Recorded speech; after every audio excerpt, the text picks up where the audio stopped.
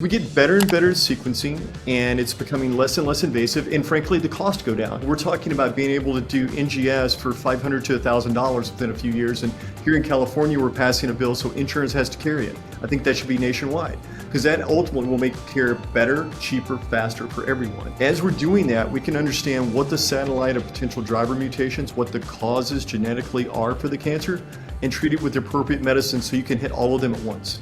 That's amazing. Yeah, if there's more than one engine driving this thing, shut off both the engines. Did you know there's something called the hedgehog pathway, which is really just used to develop yourself when you're like a young fetus and embryologically to help you grow, but that tool sits on the shelf in adulthood and sometimes is picked up by a cell to make it cancerous? What if we could attack a tool that's otherwise not used by most of your body?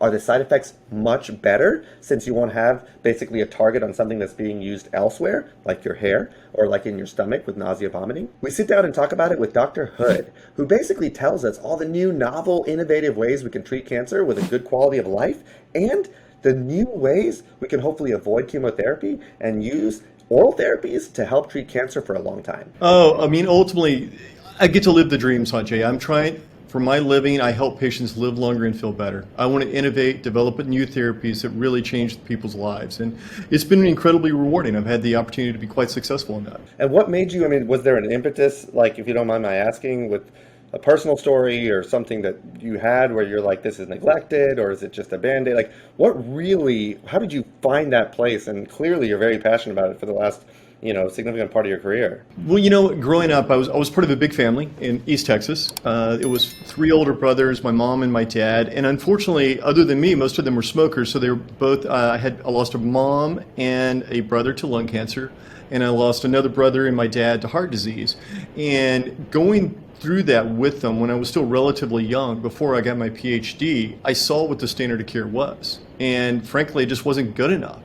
And I felt like I could do things to make it better. And I think what you're alluding to is really this concept that I actually heard today in my clinic, is this concept of, am I just kind of, and I hate that it sounds so almost insensitive, but am I kicking the can down the road and barely limping along? Like, if that's the reason, then I don't know that I want to pursue therapy, which is totally reasonable. But we know that cancer today is not necessarily just like give you enough poison so that you just basically are staying alive and barely controlling the disease. And it sounds like maybe if you didn't see it to that extreme, you did see how even the time that you're getting, maybe the quality was compromised and the gains or returns didn't really seem that remarkable, which is the reason maybe for this kind of feeling that a lot of people that aren't directly related in oncology still have, out in the everyday world. That's exactly right. My mom passed away in the mid-90s and my brother was in the early 2000s. At that point, it was purely cytotoxic therapy, and both of them had lung cancer, which in that time frame was terrible. 200,000 people diagnosed a year and very, very few survived a year and a half. And now, due to innovations, it's gotten so much better. With, I think, the anti-PD-1s, the immuno-oncology has changed it. So now 20-30% minimum of those patients have a long-term survival. They are in a long-term remission. EGFR inhibitors, precision meds, the same sort of thing. That standard of care has dramatically changed. Overall, if you look in the United States, roughly 1.8 million people are diagnosed every year. And over the last 20 years, there's been a steady 2% improvement in survival every year. So now, out of the 1.8 million people, yes, 600,000 people die, which is tragic, but that means 1.2 million people are living. We're doing better, and I think we're at the cusp of doing dramatically better. We're going to make this a disease that can be treated. We're getting there. We really are. It's an incredibly exciting time to be alive. It is, and I'm really glad you said that, and I just want to hit that point harder. EGFR and other targeted therapies in lung cancer. The thing that I still see today, not even locally, but what I hear about on my social media, is we went to the ER, there was a lot of cancer in multiple places, and somehow somebody felt that this looks like a lung cancer, which is probably correct, but I think we need to consider hospice because it's pretty far gone. And that really hurts me because people like you out on the West Coast are doing all this innovative, these innovative things to help move cancer forward. And people are still losing opportunities to even use the meds that have been so groundbreaking, right? So with non-small cell lung cancer, especially adenocarcinoma, and especially if somebody's a non-smoker or stopped decades ago, it doesn't matter how bad the disease is, unless somebody literally has days. you have upwards of a 20%, 1 in 5 chance of having a target that we can precisely, hence targeted therapy, precision therapy, attack with an oral pill that can oftentimes make all the disease melt away. Now, is it forever? Not yet. But can it give you a year or a year and a half plus of really gaining all your weight back and giving you a good quality of life versus not getting a biopsy, not running the targeted mutations, and passing away in a pretty unforgiving way because metastatic lung cancer is so unforgiving otherwise. So that number one is, I think, somewhere, if you have some insight after you're done making all these amazing drugs and companies, onto how do we actually make sure the delivery of the things that we've done in cancer actually reach everyday people, right? Not an academic center, not like at an institution, but just everywhere, because there are a lot of things that go unused. And that hurts me, tragically. Yeah, well, thank God your patients are lucky to have you, Sanjay, because ultimately that is the biggest issue. You have to have the right physician and the person willing to look. Ultimately, the things are changing so rapidly, though. So 5 years ago, we started doing genomic sequencing to understand what mutations are driving the cancer. Foundation One was the first that, but that required a biopsy. Just over the last 2 or 3 years, we got more and more liquid biopsies, so you don't have to have an invasive surgery to pull part of the cancer out of your lung. You can just do a blood draw. And based on that, you can understand, okay, this is the mutation likely driving my cancer, and this is the treatment. What I think is the next step is realizing it doesn't necessarily have to be lung cancer versus colon cancer versus prostate. It's all based on the mutation. So if you have a RAF mutation, yes, RAF inhibitors are approved in colon cancer, but if you only have a RAF mutation, it's lung cancer or prostate, that's probably the right drug for you. Because cancer really doesn't care where it originates, it only cares what the mutation that drives it is. If you can block that mutation, you can pull the cancer up by its roots and you can have just marvelous clinical outcomes. For sure. And I think that applies definitely to a lot of cases. I wish it was everyone, so that's yet to be determined. But you touched on two very big points.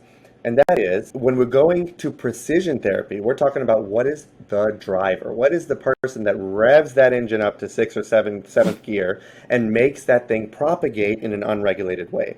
And what we're learning is there are mutations, that driver mutation, that basically if we can neutralize it, then that propagation cannot happen. And that is precision and targeted therapy. And it uses a term that I'm very excited about that I don't think is a mainstay yet, but the term is tissue agnostic.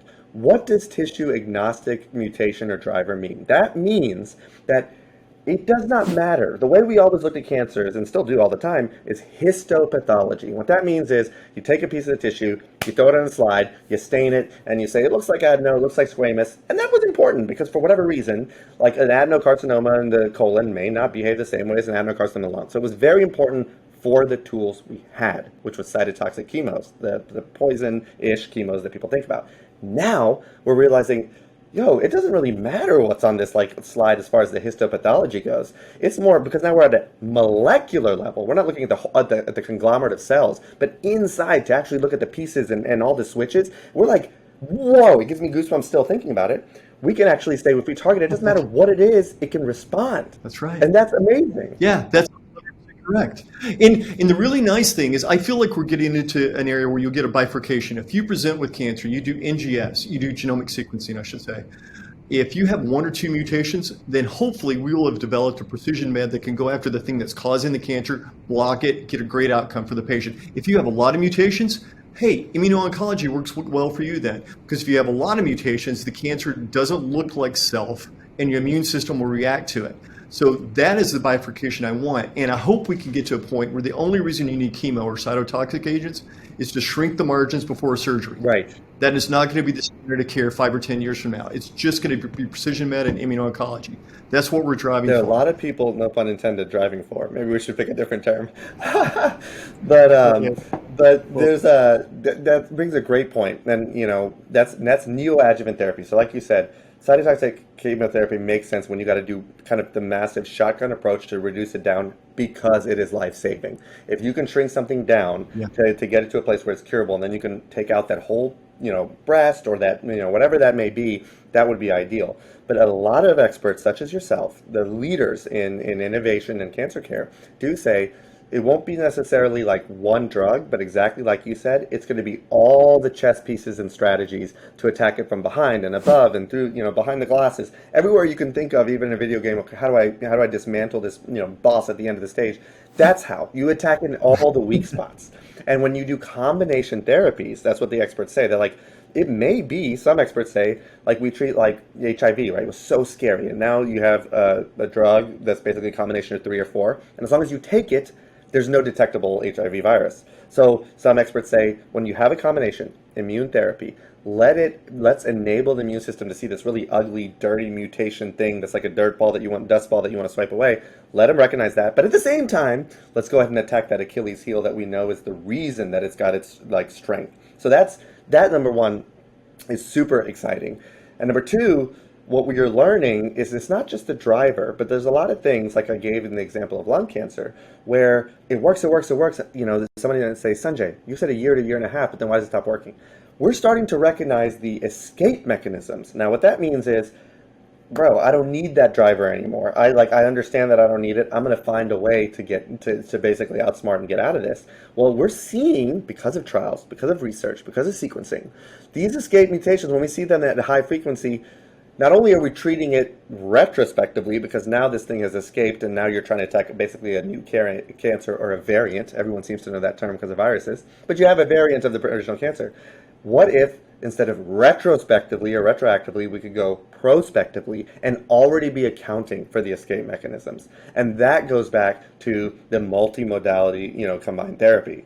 Yeah, that's exactly right. Because there's a couple different ways you can have escape mechanisms. You can have, to give an example, you can have a single mutation, like in chronic myeloid leukemia, you have BCR-ABL, a mutation that drives virtually all of that disease. But you have some BCR-ABL mutations Gleevec doesn't work for. So in that small percentage, 2 or 3% of the patients who respond to Gleevec, they can escape through that. Alternatively, you can have a whole different mutation, which is something that occurs more in solid tumors, that takes over the role as the driver mutation. And as we get better and better at sequencing, and it's becoming less and less invasive, and frankly, the cost go down.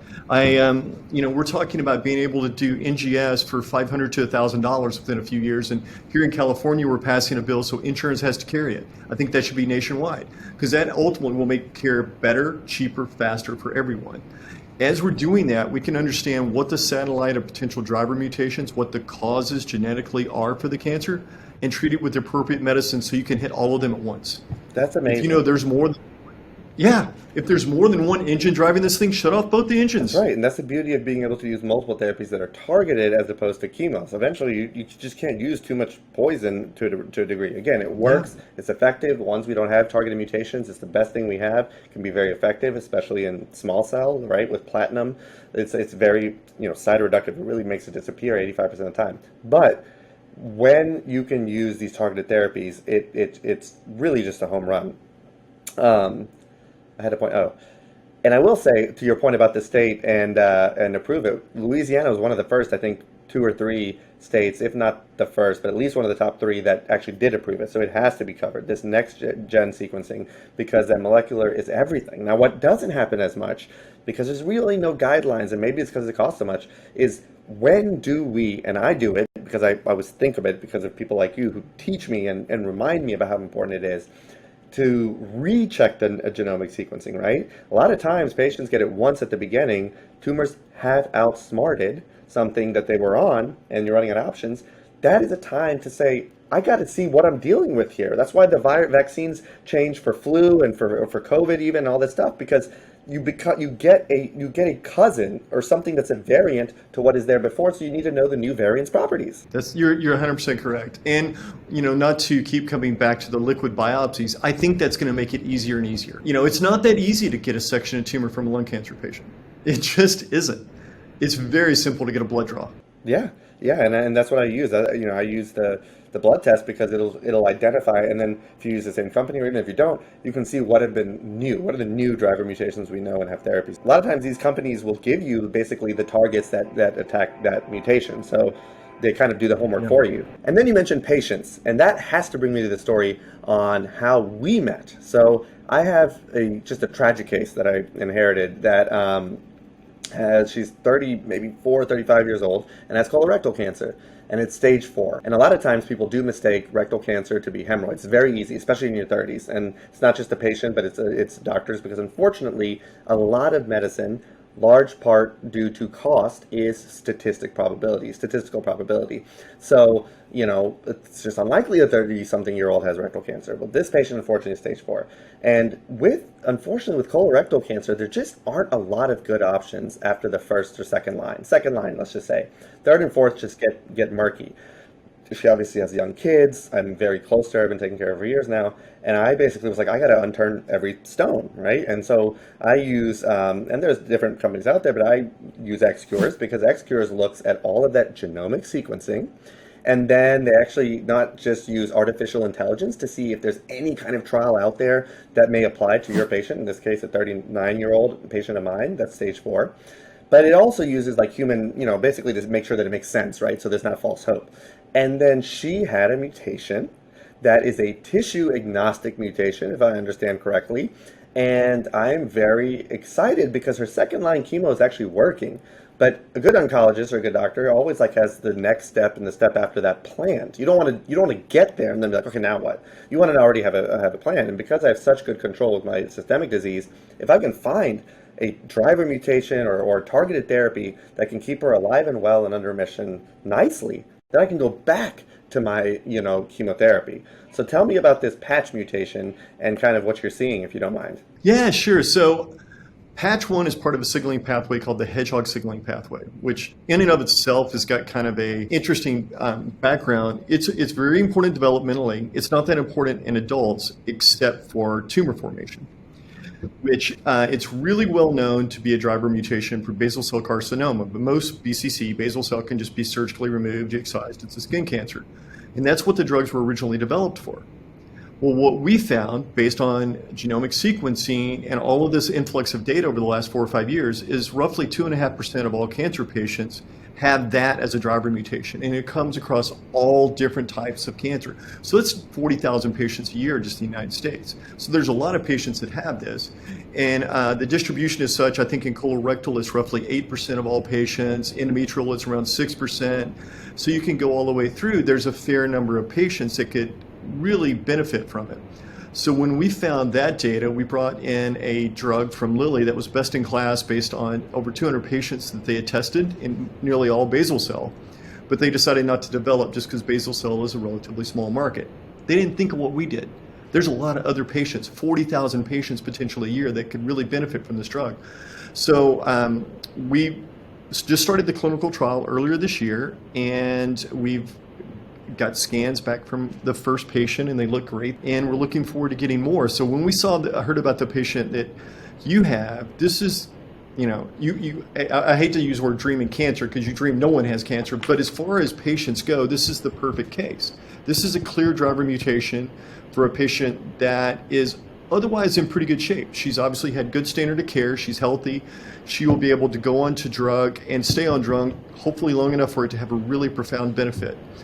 We know this pathway is responsible for certain forms of cancer. About BCC, it's also true for roughly 1/4 of medulloblastoma, brain disease that affects about 200 people a year. Like you said, hedgehog is something that you really is relevant to development, right? Embryologic, when you're in the, basically a fetus and you're growing. But outside of that, that's basically how the human body is. It differentiates, it grows. The central nervous system, for example. That's why kids usually, if they get a spinal cord or brain injury, or seizures, febrile seizures, they don't have long-term sequela because the CNS system is still developing, right? It's still differentiating. And then eventually things get frozen. And so hedgehog is one of those that really, again, in differentiation and growth matter, but then when you're in adulthood, it's really not used that much. It's not a tool, but it hangs around and somebody gets it off the shelf or basically turns it on, and all of a sudden it's like that little part of a fetus.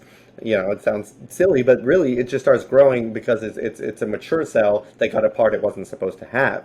Now, this is an important point about when things that make sense, and if you want to call it, divine or celestial, respect or whatever, is that what we think we know, we will not assert unless we know with trials and research. But one would think that if hedgehog is not something that's very active in our everyday life, that the side effect profile for patch 1 would not be as big as maybe some other mutations that we have therapies for that are used even in our cells all the time.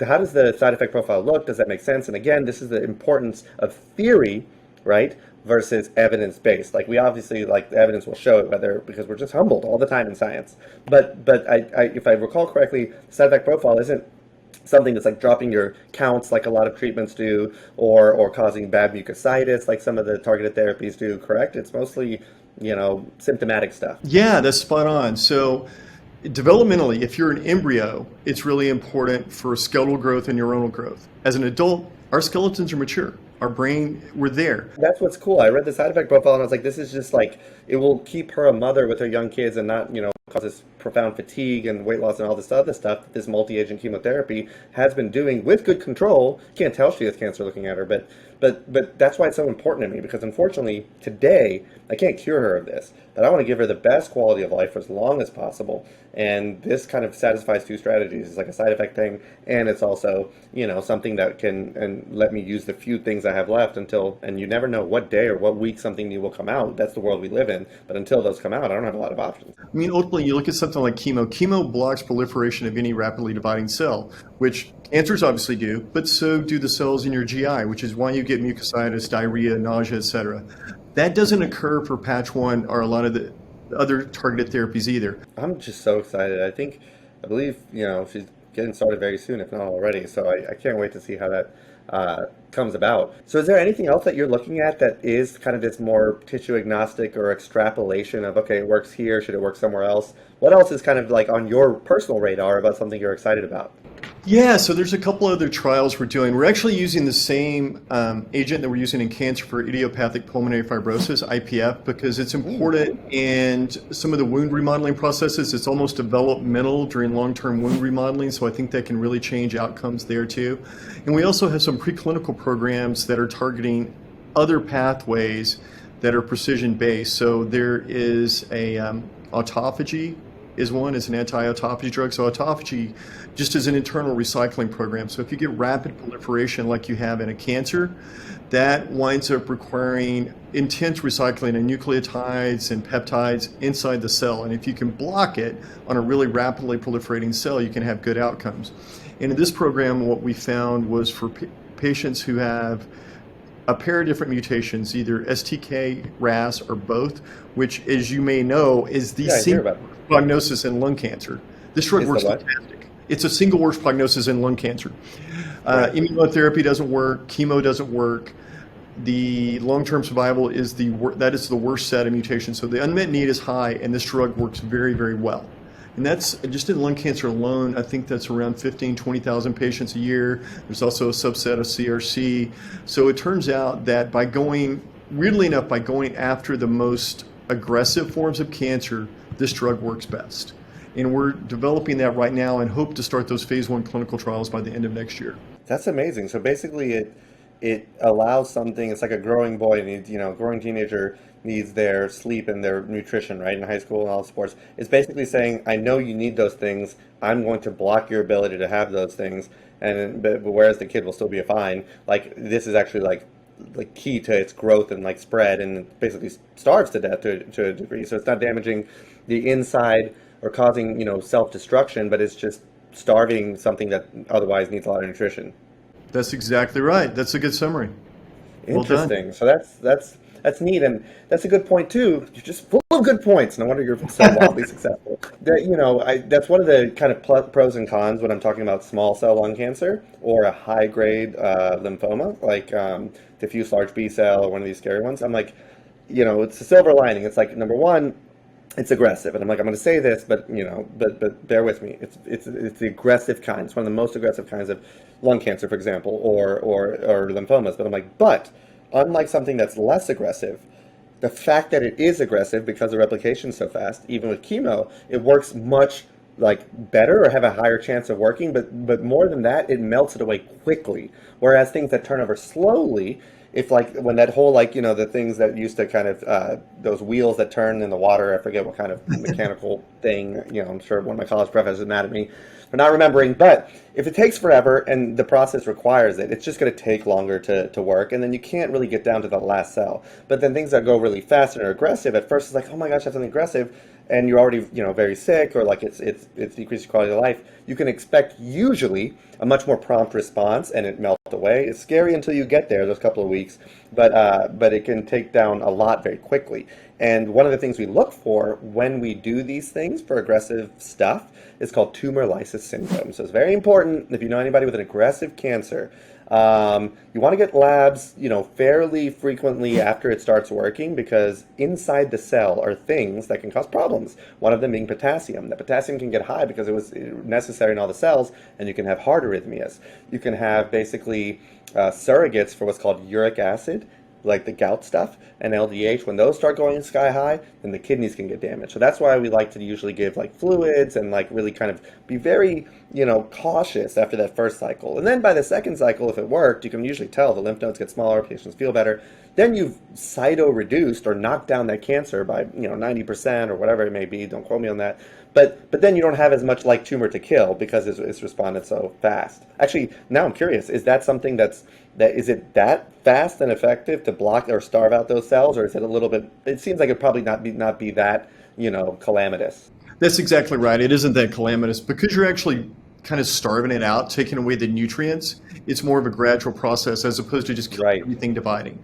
It's much easier on the host because it kills the tumor slowly. Okay, awesome. Yeah. Gosh, this is so interesting. All of this is so interesting. I could talk to you forever and pick your brain. Excellent. Well, is there anything else you want to share, either socially, personally, something exciting? I think the tips or the takeaways from this episode are next genomic sequencing, mutations, like genome, molecular, all those terms mean basically the same thing. Let's look at the specific parts and not so much the slide. And that is really just an absolute necessary in every stage 4 cancer. And what our hope is, and that's why in stage 3 lung cancer, that's EGFR positive, we actually check it, we sequence it because we know if you have an EGFR mutation, which is about 15% of adenocarcinoma of the lung, we know that the standard of care, which is immune therapy, if you get immune therapy for a year to decrease your chance of recurrence, if you had chemo and radiation for cure, if you had an EGFR mutation, then your toxicity is going to get worse. So it's already like molecular is starting to trickle into not just stage 4, but even into stage 3 settings, as well as colorectal. When we kind of figure out what we're going to do after the curative approach, those things matter. So one takeaway, sequencing. We won't even know what to target or explore these drugs that Dr. Hood is doing for all of us. You should get letters every day. You don't. You're going to get one from me now. But you can't do your job without like even knowing, these behaviors and making these observations. And then number 2, I would say like be humbled. Even like for the medical world, it's just like hang in there, be humbled. Know there's a lot out there. I'm learning every day, and I consider myself a pretty good oncologist. So it's always worth exploring, and getting opinions and not being told. If you get told just on a prelim or a pathology, this looks bad, you should think of hospice. Obviously, we both know there's a lot more than what people may realize that's available for treatments.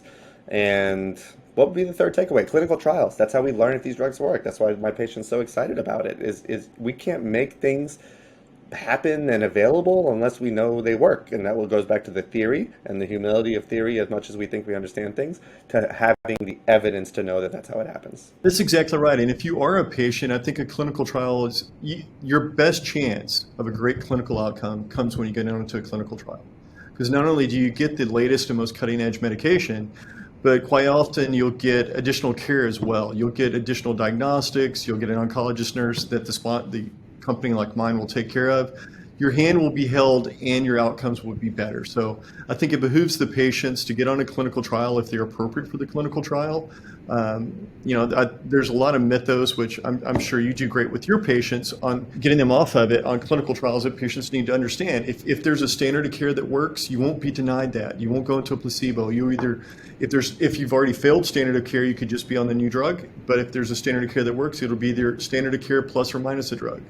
Either way, you're going to get taken care of. So please get on the trials, give yourself the best chance, give your family the best chance, give your oncologist that relief that, hey, my patient has a great chance to live. Yeah, and because there's a science to it, you know. Amen. And going back to that inertial stuff about these inertial kind of thoughts, like, oh, you kind of kicking down the can. That's one warranted. It's a warranted inertial kind of misconception because it was that way, right? When we Yeah. just had cytotoxics.